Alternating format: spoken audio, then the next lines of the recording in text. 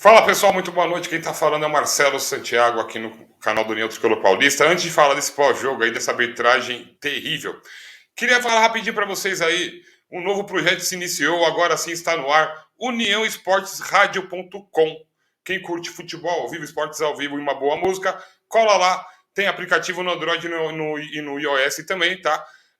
Uniãoesportes.radio.com. Uniãoesportesradio.com, beleza? É a rádio filho do União Tricolor, acabou nascendo aí, uma rádio totalmente esportiva e de entretenimento voltada para todo o público aí, beleza?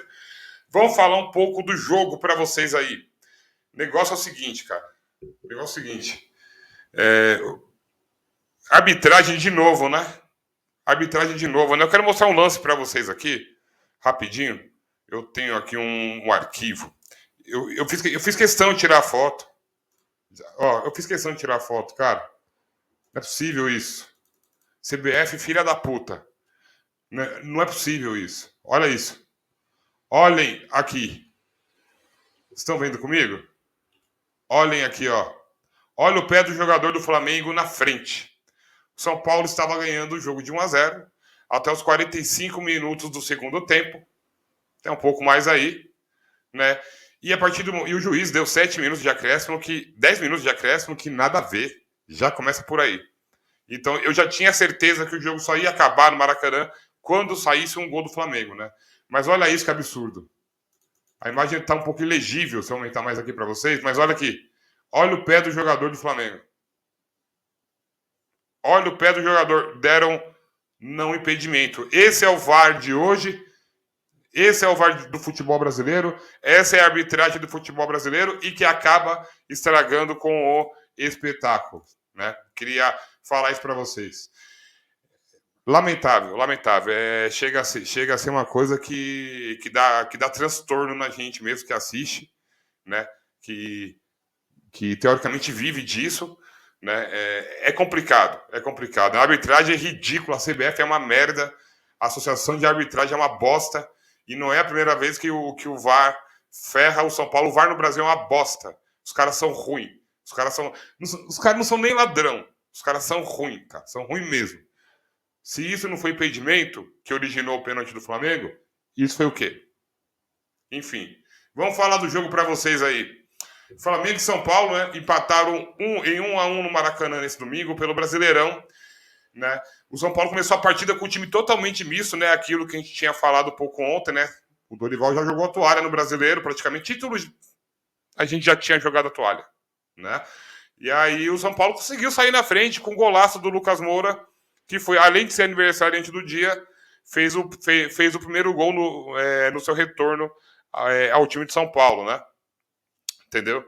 E aí, nos acréscimos, o Pedro empatou a partida num pênalti ridículo, que eu achei que nem foi pênalti também. Para começar, eu achei que o Michel Araújo tirou o pé na hora e o cara do Flamengo valorizou. Mas o lance que originou o gol do Flamengo estava totalmente impedido. Tá? O Flamengo aí, vocês sabem que vive numa crise danada. Hoje deu para ver, os jogadores querem derrubar o técnico lá. Do nosso lado, a gente passou um pouco isso, né, quando o Rogério era técnico de São Paulo. Né? O time não ia bem das pernas, os caras queriam derrubar o técnico, né? E aí o São Paulo tentou aproveitar um pouco isso, mas cadenciou, levou um time misto. Quarta-feira tem o jogo mais importante do ano até então pra gente, né?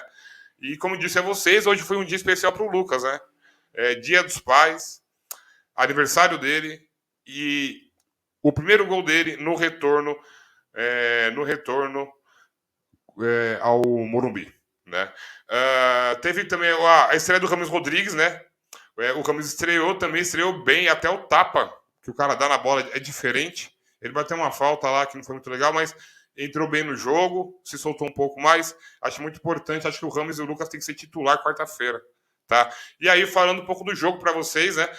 Tivemos muitas alternâncias na primeira etapa, né? O São Paulo foi para o intervalo com 1-0 no placar e depois do gol com esse gol do Lucas aí aos 37 minutos, né? E aí o Flamengo pouco ameaçou o gol do Jandrei. O São Paulo estava muito seguro com o time reserva hoje, né? E aliás, o Jandrei foi bem também e quase pegou o pênalti ainda, né? E aí as melhores chances foram criadas pelo Bruno Henrique e o Arrascaeta, pelo lado do Flamengo, né? E aí o Flamengo não conseguiu nada.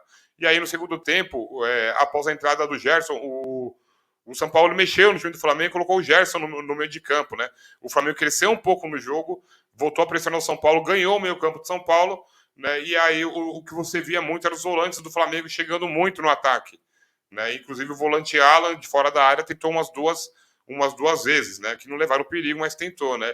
E aí o São Paulo se fechou para tentar explorar alguns contra-ataques, só que desperdiçou a chance de matar o jogo, principalmente em um passe do Rames Rodrigues para o Wellington Rato, que perdeu cara a cara com o goleiro, né? O Luiz Araújo, ex-São Paulo, entrou também no Flamengo aos 30 minutos, deu um gás lá do lado direito do Flamengo, lá, entendeu? O Wellington teve problema ali, teve muito problema ali, né? E aí, tanto que o Wellington sentiu muito fisicamente depois do final do jogo aí também, né? Sofreu de câimbras, inclusive, hoje.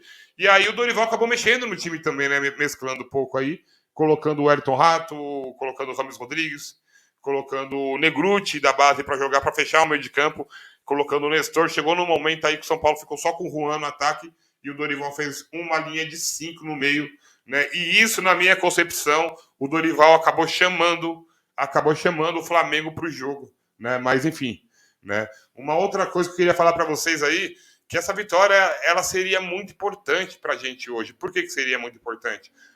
O São Paulo completou hoje um turno inteiro sem ganhar um jogo, sem ganhar um jogo fora de casa no Campeonato Brasileiro. E isso na minha concepção é inadmissível para um time do tamanho do São Paulo Futebol Clube. Isso daí, no segundo turno, isso precisa mudar um pouquinho. Por que precisa mudar um pouco? Porque o time não está ganhando fora de casa. Entendeu? Vocês param aí para poder pensar. O time não está ganhando fora de casa. E aí o time está começando a não ganhar em casa também. Como que vai ser o segundo turno do Brasileiro, né? Hoje tudo bem. Hoje foi um mesclado. Tinha que ser mesclado mesmo hoje. Hoje tinha que ser mesclado mesmo. Por que tinha que ser mesclado? Porque quarta-feira, como eu disse, tem uma decisão muito importante para a gente aí. A gente não ganha o campeonato... a gente nunca ganhou a Copa do Brasil e não chega desde 2001 na final, né? Então isso daí é muito importante para a gente, né? Mas hoje o fato do São Paulo não ter ganho o jogo, eu não coloco na Copa do elenco, nada. Foi com o time meia boca mesmo, empatou ainda. Tá? O real problema não é hoje, mas o que eu quero dizer a vocês aí é que hoje eu coloco na conta da arbitragem, né? Mas o contexto geral do São Paulo fora de casa é preocupante no Campeonato Brasileiro, sim. Tá? O São Paulo não merecia sair com o empate do Maracanã, na minha concepção. Erro de arbitragem que definiu a partida. E eu tô muito louco com tudo isso. É brincadeira, né? Vamos falar aqui rapidinho sobre as atuações do São Paulo. A estatística do jogo para vocês aqui, ó. Posse de bola, o Flamengo teve 47% de posse de bola. O São Paulo teve uma média geral de 53% de posse de bola. Isso é padrão do time do Dorival Júnior, né? O Flamengo deu 590 passes e o São Paulo 494. Tá? Passe certo, São Paulo acertou 87% dos passes. Os passes errados foram 66% e o Flamengo 70%. Tá? E aí, ataque, o São Paulo finalizou 6 vezes durante o jogo inteiro e o Flamengo finalizou 17 vezes. Mandou 9 para fora e o São Paulo mandou 3 para fora. Né? O Flamengo mandou 4 para o gol e o São Paulo uma, que foi a do Lucas que entrou. Né? Aí, bolas na trave não teve nenhuma. Pênaltis, teve um Flamengo que escandaloso. Escanteio 8 para o Flamengo, 2 para o São Paulo. Impedimento 5 para o São Paulo, 3 para o Flamengo. E total de defesa, o Jandrei defendeu 9 bolas e o goleiro do Flamengo nenhuma. Ó, para você ver, hein? Desarmes, 23 contra 18 do Flamengo. Tá? E cartões amarelos, o São Paulo teve 7 cartões amarelos, o Flamengo teve 2 cartões amarelos. O São Paulo cometeu 14 faltas e o Flamengo cometeu 13 faltas na partida. Beleza? Vamos falar aqui das atuações para vocês aí, né? Para a gente poder avaliar um pouquinho os jogadores também aí. A arbitragem eu não vou nem falar mais, cara. 0 para esse babaca. É ruim demais, cara. Entendeu? O Jandrei foi muito bem hoje, nota 7, muito seguro no jogo. Quase pegou o pênalti, né? Quase. Ele até pulou em direção na cobrança de pênalti do Pedro. A bola resvalou na mão dele, mas ele não alcançou. Mas ele foi muito bem na partida, nota 7. O Natan, muito inseguro, ele foi bem defensivamente, mas só que ele é bem abaixo quando apoia no ataque, errou muitos passes, foi desarmado em lance simples e não conseguiu municiar os atacantes de São Paulo. Diego Costa, nota 7, começou o jogo um pouco afobado, dando botes errados, no entanto, melhorou com o decorrer do confronto e foi seguro na marcação. O Alan Franco, nota 7,5 para ele, foi muito bem, fez uma intervenção na pequena área que salvou o São Paulo de levar o empate já antes. O Wellington, nota 6,5 para ele, tá voltando muito bem, vai ser o titular na ausência do Caio Paulista quarta-feira, tá? Marcou muito bem, marcando com qualidade, e no ataque ele errou alguns cruzamentos, mas tá marcando bem. Tá? O Rai Ramos entrou já no finalzinho, nota 2 para ele. Gabriel Neves errou muito passe, nota 5. Negruti entrou bem na partida, deu uma consistência no meio-campo, bate bem na bola, nota 6 para ele. O Alisson, como segundo volante, tem saído melhor com o Dorival Júnior, nota 6. Tem uma atuação discreta, mas ajudou muito na marcação, nota 6. Rodrigo Nestor, ele deu uma dinâmica no meio de campo, nota 6,5. Michel Araújo, muito mal na partida, nota 2. Lucas Moura, o melhor do time para mim hoje, 8,5, fez o primeiro gol no seu retorno ao São Paulo, né, aos 37 minutos do primeiro tempo. E fora isso, ele marcou muito bem, atacou muito bem, abriu as jogadas. O Lucas foi muito bem hoje na minha concepção. 8,5 vai ser muito importante quarta-feira, tá? O Ayrton Rato perdeu o gol incrível, nota 2 para ele. Alexandre Pato, muito mal na partida, nota 4, não se movimentou muito. Rames Rodrigues jogou pouco e muito bem, deu uma consistência e equilíbrio no meio de campo de São Paulo, nota 7,5 para ele. E o Juan é aquilo de sempre, nota 4. E o Dorival Júnior, nota 7, tem gente dando 8 para ele. Eu não vou dar 8 porque ele segura muito a equipe também, ele prende muito a equipe, né? Então, nota 7 para o Dorival, e é isso.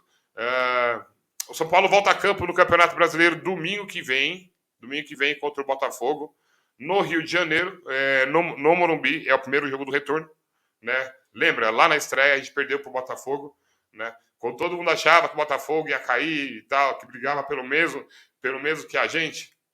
Vocês lembram disso? Então, a gente pega o Botafogo domingo no Morumbi, precisa muito da vitória para tentar encostar no grupo de Libertadores e se afastar também do grupo lá de baixo, já que o Campeonato Brasileiro está um campeonato muito, tirando o Botafogo, está um campeonato muito equilibrado, né? Antes disso, amanhã o time se apresenta, já começa a preparação para a partida de quarta-feira contra o Corinthians na Copa do Brasil. Esperamos que a arbitragem não estrague a partida. O Corinthians está crescendo aí numa hora certa. O Corinthians está crescendo numa hora certa para eles aí, né? E o São Paulo caiu na hora errada. O São Paulo acabou caindo um pouco na hora errada, né? E a gente fica um pouco preocupado, mas o time volta amanhã concentrado, começa a se preparar para a partida de quarta-feira. Lembrando que a gente não vai ter o Caio Paulista com estiramento na coxa esquerda. É algo muito, muito preocupante para a gente, né? Mas a gente vai de Wellington aí. Tá bom, pessoal?